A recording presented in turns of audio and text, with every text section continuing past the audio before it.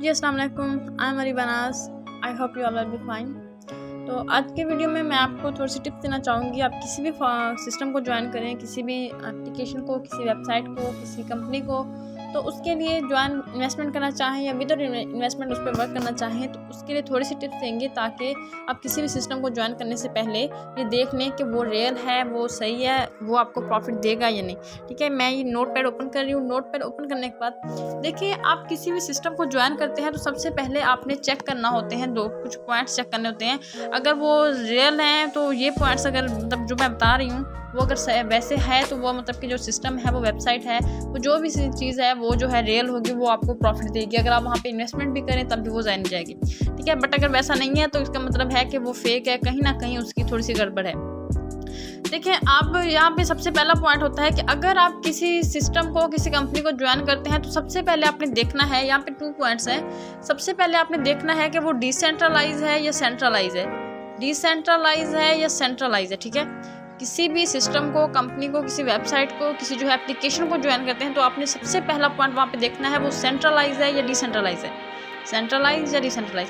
अब इन दोनों को मैं थोड़ा सा डिफाइन करूँगी, सेंट्रलाइज या डिसेंट्रलाइज ये क्या चीज़ है। ठीक है, वो ऊपर डिसेंट्रलाइज, ये जो है सेंट्रलाइज।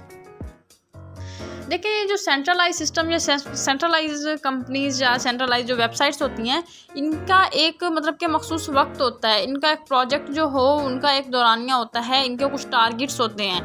फॉर एग्जांपल अगर हम ई-टूर की भी बात कर लें तो उनका भी एक कंप्लीट जो है वो सेंट्रलाइज भी थी और जो है उनका एक टारगेट था।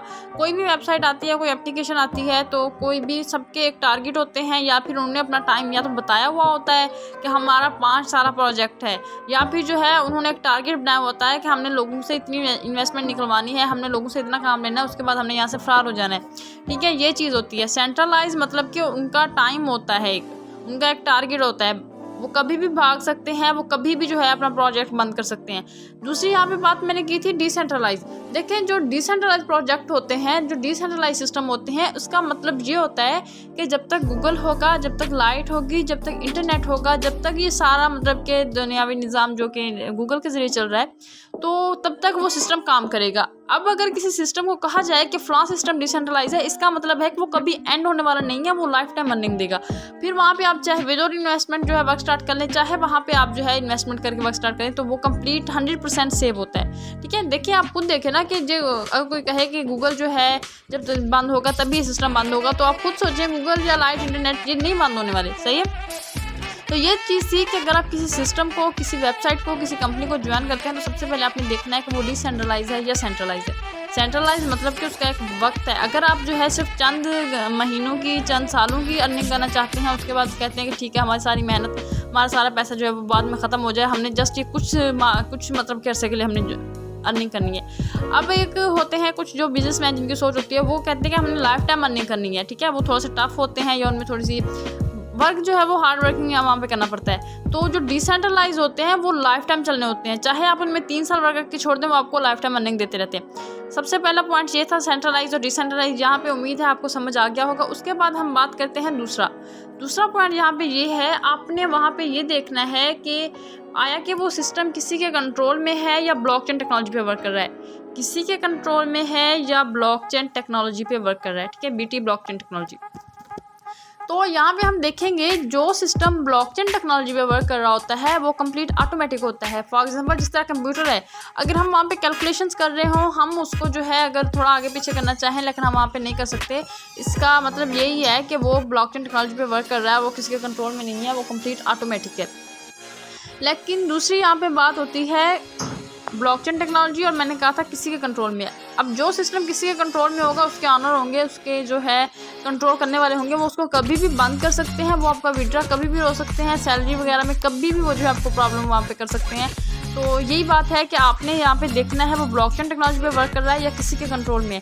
देखिए ना, कुछ कंपनीज होती हैं, कुछ वेबसाइट्स, कुछ एप्लीकेशन, उनके जो हैं ऑनर्स होते हैं। ऑनर्स वो कभी भी पैसा लेकर भाग सकते हैं, कभी भी वो सिस्टम, क्योंकि वो उनके कंट्रोल में होता है ना। अब यहाँ पे मैंने दूसरी बात आपको बताई कि ब्लॉकचेन टेक्नोलॉजी, जो सिस्टम ब्लॉकचेन टेक्नोलॉजी पर पहुँच जाए वो कंप्लीट ऑटोमेटिक हो जाता है। उसके क्रिएटर, डिज़ाइनर ज़रूर होते हैं, जाहिर है उसको किसी ने क्रिएट किया ही है, किसी ने डिज़ाइन किया ही है, लेकिन बाद में जो है वो कंप्लीट ऑटोमेटिक हो जाते हैं जब वो ब्लॉकचेन टेक्नोलॉजी टेक्नोलॉजी पे पहुंच जाते हैं। तो ब्लॉकचेन टेक्नोलॉजी पे जब पहुंच जाएं तो उसका ऑनर अगर खुद भी चाहे उसको बंद करना तो वो नहीं बंद कर सकता। सही है। अब भी यहाँ पे मैं आपको यही 2 पॉइंट्स बताना चाह रही थी कि अगर आप किसी भी सिस्टम को, किसी कंपनी को, किसी जो है वेबसाइट को ज्वाइन करें तो सबसे पहले आपने देखना है कि वो डिसेंट्रलाइज है या सेंट्रलाइज है। दूसरा आपने देखना है वो किसी के कंट्रोल में है या ब्लॉकचेन टेक्नोलॉजी।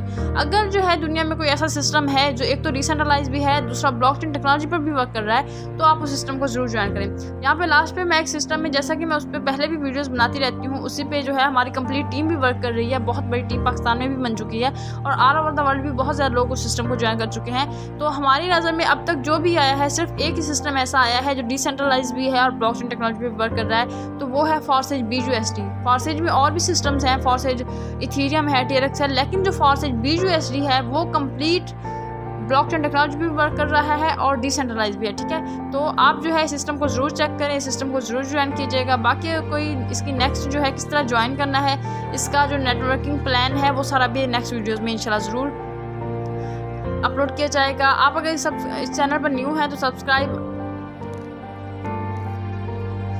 आप अगर इस चैनल पर न्यू हैं तो सब्सक्राइब जरूर कर दें और बेल आइकन को ओपन कर दें, ताकि जो हमारा न्यू सिस्टम है, इस सिस्टम की जो नेक्स्ट रजिस्ट्रेशन प्रोसेस और जो है उसकी जो प्रेजेंटेशन है वो कंप्लीट आप तक पहुंच जाएगी। जज़ाकल्लाह। नेक्स्ट वीडियो में मिलते हैं इंशाल्लाह। अल्लाह हाफिज़।